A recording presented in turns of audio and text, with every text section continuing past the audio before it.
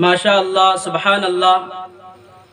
نعت نبی صلی اللہ علیہ وسلم نے مجلس میں جو گلریزی اور عطر بیزی کی ہے، دل تو یہ چاہتا تھا کہ موصوف سے عرض کروں کہ ایک دو بوند سے رندوں کا بھلا کیا ہوگا، ایک دو بوند سے رندوں کا بھلا کیا ہوگا۔ ہم تو کہتے ہیں کہ میں خانہ اٹھا کر دے دو، اور یہ ساغر عشق و محبت چھلکتا ہی رہے۔ ارواح و قلوب، احساسات و جذبات وادی فتح کی سیر کرتے ہی رہے، اور نگاہوں میں گنبد خضرا کا منظر گھومتا ہی رہے۔ مگر افسوس، صد افسوس، ان سے مل کر مجھے رونا تھا، بہت رونا تھا۔ ان سے مل کر مجھے رونا تھا، بہت رونا تھا۔ تنگی وقت ملاقات نے رونے نہ دیا۔ تو چلیے اسی تنگی وقت ملاقات کو مد نظر رکھتے ہوئے ایک بار پھر اسی جادوی شیش محل میں داخل ہو جس سے تھوڑی دیر پہلے ہم اور آپ نکل کر آئے گئے، یعنی سیرت النبی صلی اللہ علیہ وسلم کے عنوان پر تقریر پیش کرنے کے لیے میں ایک طالب علم کو دعوت دے رہا ہوں جس کا نام اسم گرامی حافظ ارمان ہے۔ میں موصوف کو اس شعر کے ساتھ بلانا چاہوں گا کہ حب احمد ازل ہی سے سینے میں ہے، حب احمد ازل ہی سے سینے میں ہے، میں یہاں ہوں میرا دل مدینے میں ہے۔ حب احمد ازل ہی سے سینے میں ہے، میں یہاں ہوں میرا دل مدینے میں ہے۔ عطر جنت کی خوشبو تو ایسی نہیں جیسی خوشبو نبی کے پسینے میں ہے۔ موصوف تشریف لائے اور شان مصطفیٰ صلی اللہ علیہ وسلم کے عنوان پر تقریر پیش کریں۔ السلام علیکم ورحمۃ اللہ وبرکاتہ۔ الحمد للہ وکفی وسلام علی عبادہ الذین اصطفی، اما بعد فاعوذ باللہ من الشیطان الرجیم، بسم اللہ الرحمن الرحیم۔ لقد كان لكم في رسول الله أسوة حسنة، وقال النبي صلى الله عليه وسلم اللهم اهد أبي هريرة رضي الله عنه، أو كما قال عليه الصلاة والسلام۔ محترم صدر جلسہ، جناب سامعین اور تعلیمی زندگی کا ہم سفر ہو، آج میری تقریر کا عنوان شان مصطفیٰ صلی اللہ علیہ وسلم ہے۔ انشاءاللہ کوشش کروں گا کہ آپ حضرات کے سامنے حضور صلی اللہ علیہ وسلم کی سیرت طیبہ پر اپنے معروضات پیش کروں۔ بے مثال سیرت میرے دوستو، حضور صلی اللہ علیہ وسلم کی سیرت ایک اٹھتا ہوا سمندر ہے۔ آپ کی سیرت کا حق تو کوئی بھی ادا نہیں کر سکتا۔ کسی انسان میں یہ قوت نہیں کہ وہ کہے کہ میں نے حضور صلی اللہ علیہ وسلم کا سیرت کا حق ادا کر دیا۔ ایک آدمی نے علامہ بشری سے کہا، اگر آپ سیرت بیان کرنے کا حق ادا نہیں کر سکتے تو سیرت بیان کرنے کی کیا ضرورت ہے؟ علامہ بشری نے کہا، ہماری مثال مصر کی اس بڑھیا کی ہے جو یوسف علیہ السلام کو خریدنے کے لیے روبی کی ایک گٹری لے کر آئی تھی، اور کسی نے کہا تھا اماں تیری اس گٹری سے بھی یوسف خریدا جائے گا، تو کہنے لگی بات یوسف کو خریدنے کی نہیں، اصل میں بات یہ ہے کہ کل قیامت کے دن خدا تعالیٰ پوچھے گا کہ یوسف کا خریدار کون کون تھا، تو میرا بھی نام آ جائے گا۔ قرآن بولتا ہے وَرَفَعْنَا لَكَ ذِكْرَكَ، ہم نے آپ کے ذکر کو بلند کر دیا۔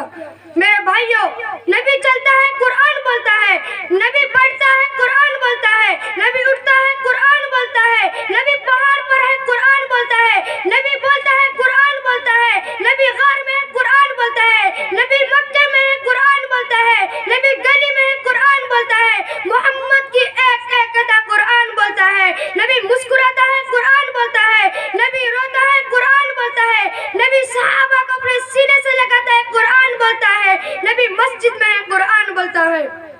اے پیغمبر، میں نے تیری ایک ایک ادا قرآن میں اتار دیا، اس لیے کہ تو اتنا بلند ہے کہ تیری وجہ سے مکہ کے گلے کو بلند کیا، کہ تیری وجہ سے مدینہ شہر کو بلند کیا، میں نے تیری وجہ سے صحابہ کو اتنا بلند کر دیا کہ قیامت تک کوئی جوان، کوئی ولی، کوئی قطب آپ کے قدموں کا مقابلہ نہیں کر سکتا، کوئی اس کے گرد کو نہیں پہنچ سکتا۔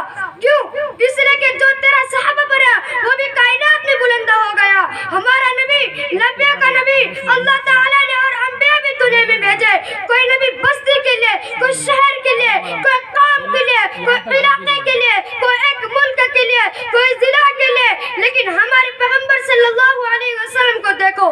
ہمارا نبی نبیوں کا نبی, آسمانوں کا نبی, زمینوں کا نبی, شمس و قمر کا نبی, شجر و حجر کا نبی, ساری کائنات کا نبی, تحت الثری کا نبی, عرش معلی کا نبی, اور ہمارا نبی تمام نبیوں کا نبی. قرآن کہتا ہے وَرَفَعْنَا لَكَ ذِكْرَكَ, ہم نے تیرے ذکر اور تیری شان کو اونچا کر دیا.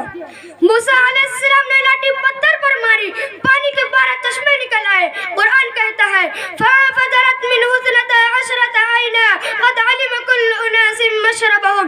کہ موسیٰ علیہ السلام نے لاٹھی ماری, پانی کے چشمے پہاڑ سے نکل آئے.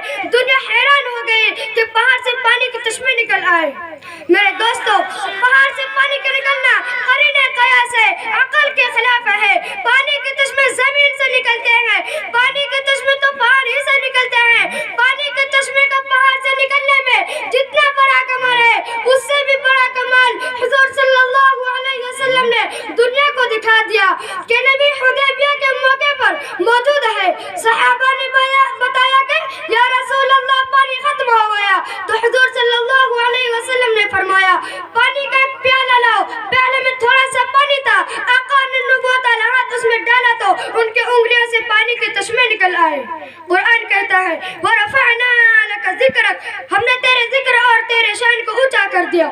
دعا کی قبولیت. حضور صلی اللہ علیہ وسلم کے پاس حضرت ابو ہریرہ رضی اللہ عنہ آئے اور فرمایا یا رسول اللہ میری ماں کے لیے دعا کرے.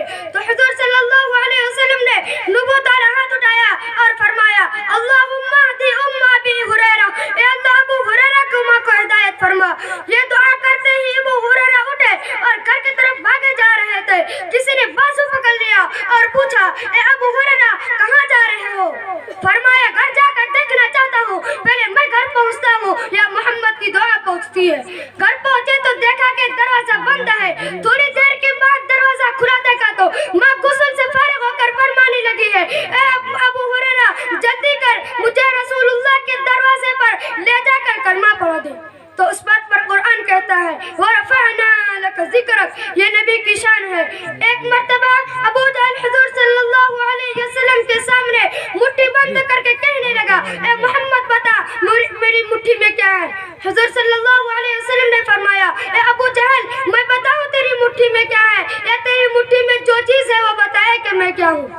یہاں تک کہ مٹھی میں جو کنکریاں تھی ان کنکریوں سے آواز آئی اشہد ان لا الہ الا اللہ واشہد ان محمد رسول اللہ.